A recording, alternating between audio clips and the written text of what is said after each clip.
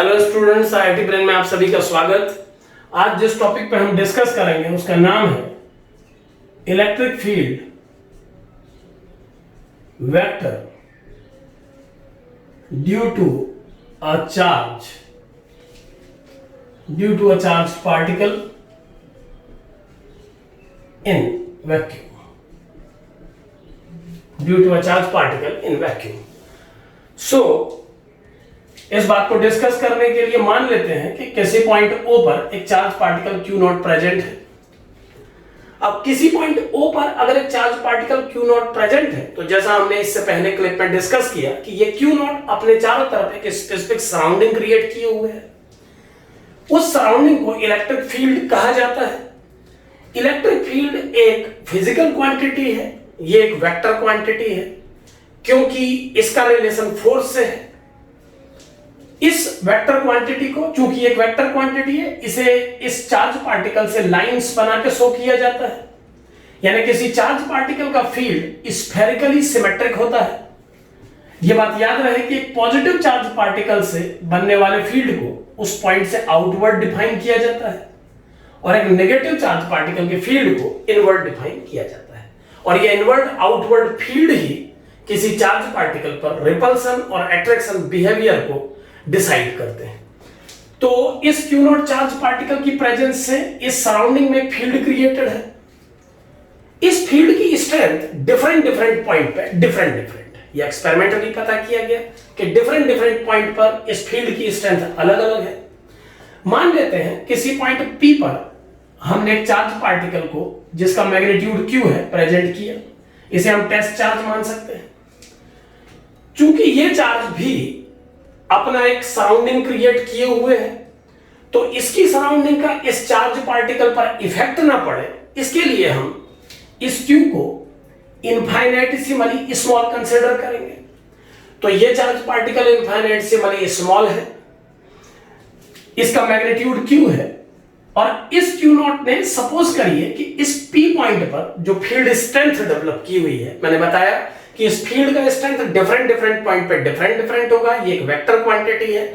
Suppose करिए कि इस Q0 के द्वारा इस पॉइंट P पर जो फील्ड क्रिएटेड है उसका डायरेक्शन आउटवर्ड जो कि इस लाइन से शो हो रहा है और मान लेते हैं इसका मैग्नीट्यूड E है, यानी फुली हो गया ये E वेक्टर। तो P पॉइंट पे अगर ये Q0 E वेक्टर इतना इलेक्ट्रिक फील्ड डेवलप कर रहा है वेक्टोरियली, तो इस चार्ज पार्टिकल के मैग्नीट्यूड और इलेक्ट्रिक फील्ड वेक्टर के प्रोडक्ट को हम फोर्स वेक्टर के रूप में जानते हैं। यानी किसी चार्ज पार्टिकल को जब किसी दूसरे पार्टिकल के फील्ड में एंटर कराया जाता है तो फील्ड ही रिस्पॉन्सिबल होता है फोर्स डेवलप होने के लिए। यहां पर यह इंटरेस्टिंग है कि हम कूलॉम्स लॉ पहले पढ़ते हैं और फील्ड की जो डिटेल्स है उसको बाद में डिस्कस करते हैं। इसका वजह सिंपल है कि फील्ड एक इफेक्ट है जिसे देखा नहीं जा सकता, जिसे एक्सपेरिमेंटली समझा नहीं जा सकता है। क्यों? क्योंकि किसी स्पेस में अगर एक Q0 चार्ज पार्टिकल प्रेजेंट है तो उसके चारों तरफ फील्ड बना हुआ है। इस बात को नॉर्मली जज नहीं किया जा सकता।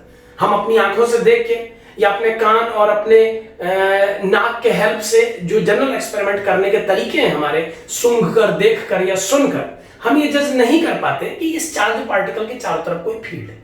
लेकिन जब हम इस चार्ज पार्टिकल के फील्ड में किसी दूसरे चार्ज पार्टिकल को एंटर कराते हैं तो उस पर लगने वाले फोर्सेस से उसके मूवमेंट को देख के हम ये जज कर लेते हैं कि ये फील्ड था। तो कभी भी ये मिसकंसेप्शन माइंड में न रखें कि फोर्स की वजह से फील्ड डेवलप होता है। ऐसा नहीं है, फोर्स की वजह से फील्ड डेवलप नहीं होता, क्योंकि अगर फोर्स की वजह से फील्ड डेवलप होता तो फिर इस Q के हटने के बाद भी ये अपनी सराउंडिंग कैसे क्रिएट कर पाता है जिसमें किसी दूसरे चार्ज पार्टिकल के एंटर होने के बाद भी ये फोर्स डेवलप करता है। तो हर चार्ज पार्टिकल का अपना एक फील्ड होता है और उस फील्ड में एंटर करने के कारण ही ये Q एक फोर्स एक्सपीरियंस करता है। तो फील्ड से फोर्स है, न कि फोर्स से फील्ड। तो यहां पर एक्सपेरिमेंटली कूलॉम फोर्स को कैलकुलेट कर सकते थे तो उन्होंने अपने एक्सपेरिमेंट में फोर्स को कैलकुलेट किया। फोर्स एक कैलकुलेटेबल क्वांटिटी है, उसे समझा जा सकता है, इसीलिए फील्ड को पढ़ने के लिए हम फोर्स को यूज करते हैं। लेकिन फोर्स लगने का भी मेन कॉज फील्ड ही है। तो यहां पर इसीलिए मैंने पहले फील्ड की डिस्कशन की और उसके बाद में फोर्स पे डिस्कशन कर रहा हूं। तो मान लेते हैं इस क्यू चार्ज पार्टिकल ने पी पॉइंट पर एक फिजिकल क्वांटिटी, जिसे हम इलेक्ट्रिक फील्ड वेक्टर कहते हैं, ई स्ट्रेंथ है जिसका, डेवलप किया। तो इस ई इलेक्ट्रिक फील्ड के चार्ज मल्टीपल को ही फोर्स वेक्टर कहा जाता है। अब चूंकि एक्सपेरिमेंट से फोर्स वेक्टर की वैल्यू कूलम्ब्स लॉ से हम पहले ही जानते हैं, तो इलेक्ट्रिक फील्ड वेक्टर की स्ट्रेंथ को पता लगाया जा सकता है। तो क्या आ जाएगी इस इलेक्ट्रिक फील्ड वेक्टर की स्ट्रेंथ? देखें, electric field vector into Q equal to force vector, और by Coulomb's law force between the two particle at R separation is 1/4πε0 q naught into q by r square with r cap. That direction is r cap. और अब अगर आप इस q को cancel कर दें तो ये हमने कैलकुलेट कर लिया कि कोई चार्ज पार्टिकल q नॉट अपनी सराउंडिंग में कितना इलेक्ट्रिक फील्ड डेवलप करता है। ये इलेक्ट्रिक फील्ड स्ट्रेंथ की वैल्यू है, E vector equal to 1/4πε0 q naught upon r square into r के। तो ये चार्ज पार्टिकल अपनी सराउंडिंग में जो इलेक्ट्रिक फील्ड डेवलप कर रहा है, यहां हम देख पा रहे हैं कि उस इलेक्ट्रिक फील्ड के डेवलप होने के लिए ये Q रिस्पॉन्सिबल नहीं है। मैं फिर बता देना चाहूंगा, दोनों चार्ज पार्टिकल के बीच में फोर्स लगने के लिए दोनों रिस्पॉन्सिबल है, और दोनों के फील्ड के इंटरेक्शन के बिना ये फोर्स डेवलप नहीं हो सकता। लेकिन जो फील्ड इस चार्ज पार्टिकल Q नॉट ने अपनी सराउंडिंग में क्रिएट किया है, वो क्रिएशन केवल इसका अपना किया हुआ है, उसके लिए ये Q रिस्पॉन्सिबल नहीं है। इस Q की जगह अगर कोई तीसरा Q डैश भी एंटर करेगा तो ये उस पर भी फोर्स डेवलप करेगा।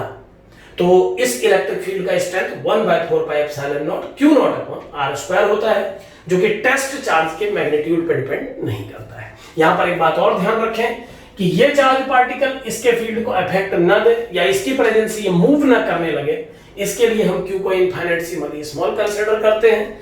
यानी इलेक्ट्रिक फील्ड वेक्टर को हम फोर्स वेक्टर और चार्ज के रेशियो के रूप में डिफाइन कर सकते हैं with limit Q tending towards 0। तो Q को इनफाइनेटसिमली स्मॉल कंसीडर करते हुए फोर्स वेक्टर और चार्ज का रेशियो ही इलेक्ट्रिक फील्ड वेक्टर है। और फोर्स लगने के लिए फील्ड रिस्पॉन्सिबल है, फील्ड के लिए फोर्स रिस्पॉन्सिबल नहीं है। यानी किसी दूसरे चार्ज पार्टिकल के आ जाने से यह फील्ड क्रिएट नहीं हुआ है, यह फील्ड इस चार्ज पार्टिकल का अपना बनाया हुआ है। Thank you.